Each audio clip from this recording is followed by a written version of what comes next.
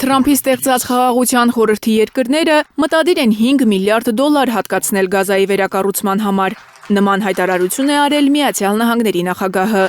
Նա նորից կասկածի տակ է դրել ՄԱԿ-ի գործունեությունը, բայց նաև նշել, որ խաղաղության խորհուրդը Գազայում համագործակցելու է ՄԱԿ-ի հետ։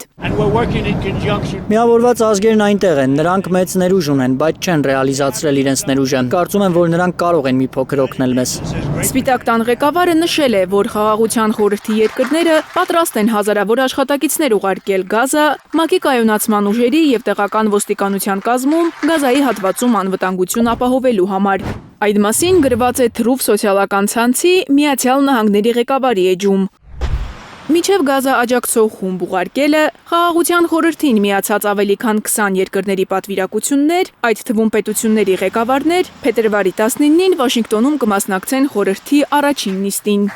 Խաղաղության խորհրդի կանոնադրությունն այս տարի հունվարին Դավոսում ընդունվեց։ Դրան առանց անդամավճարի միացած Հայաստանից վարչապետ Նիկոլ Փաշինյանը Վաշինգտոն կմեկնի։ Տեղեկությունը հաստատել է Փաշինյանի մամուլի խոսնակը։ Գազան վերակառուցելու նախագիծը ներառված է նաև Թրամփի 20 կետանոց ծրագրի երկրորդ փուլում, որի մեկնարկի մասին հունվարին հայտարարեց Միացյալ Նահանգների առաջնորդի հատուկ բանագնաց Սթիվ Ուիթքոֆը։ Ըստ այդ պլանի Համասը պետք է զինաթափվի, Գազայում տեխնոկրատական կառավարություն ստեղծվի։ Փորձագետներից, քաղաքացիական մասնագետներից կազմված խմբում զինյալներ չեն կարող լինել։ Իսրայելական հարվածներից ավերված շենքերը պետք է վերականգնվեն։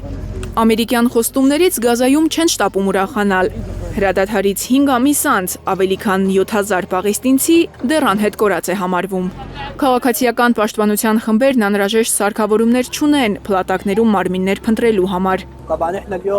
Սա առաջին դեպքն է, երբ որոնողական աշխատանքներն իրականացնում են Կարմիր խաչի միջազգային կոմիտեի հետ։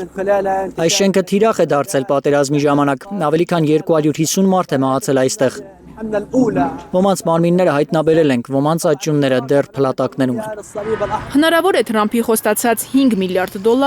վերականգնել Գազան։ ՄԱԿ-ի, Համաշխարհային բանկի եւ Եվրամիության գնահատականներով Գազայի վերականգնումը ավելի քան 2 տարի տևած պատերազմից հետո առնվազն $70 միլիարդ